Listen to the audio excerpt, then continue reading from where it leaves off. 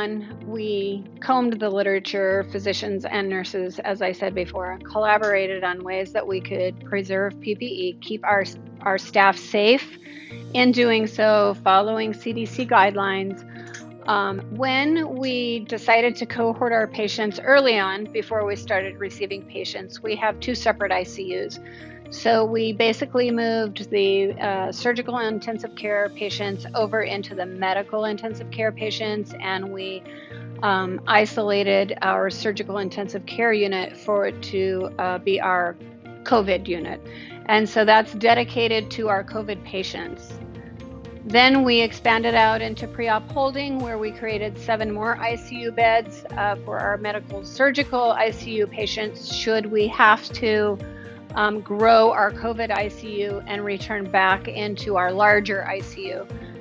Then our medical and surgical intensive care patients would then move from the pre-op holding ICU that we created into the anesthesia recovery unit, which is a 16-bed unit. And then if we need to expand our ICU even further, we're going to overflow into a connecting unit that now houses our non-critical care COVID patients. We disseminate N95 masks in a specific number to each nurse. So we kind of looked at our mathematical values of how many masks they might need per day. We're encouraging them to have continued use of their masks in the COVID unit of their N95 masks, but if they are damaged or soiled or need to be taken off when nurses go to break or lunch or break in the afternoon, that they take their mask off and dispose of it. So we've reduced our number of mask use by individual N95 use by 75% of what we started with in the beginning, just looking at the updated literature. We also were looking at how could we minimize the time that nurses spent in the room. So we came up with some creative ways, like other hospitals have done as well, in connecting extension tubing to our IV pumps and putting the pumps outside of the room. Many of these patients are very critical and they're on multiple drips.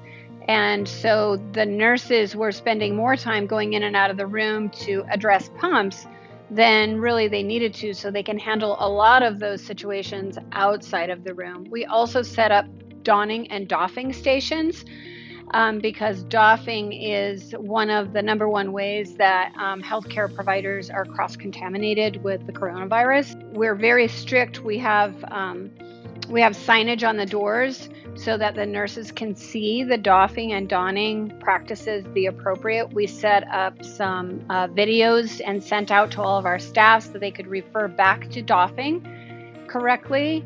And we also huddle at the beginning of every shift our emergency practices, just in case a patient goes into cardiopulmonary arrest or has an airway issue.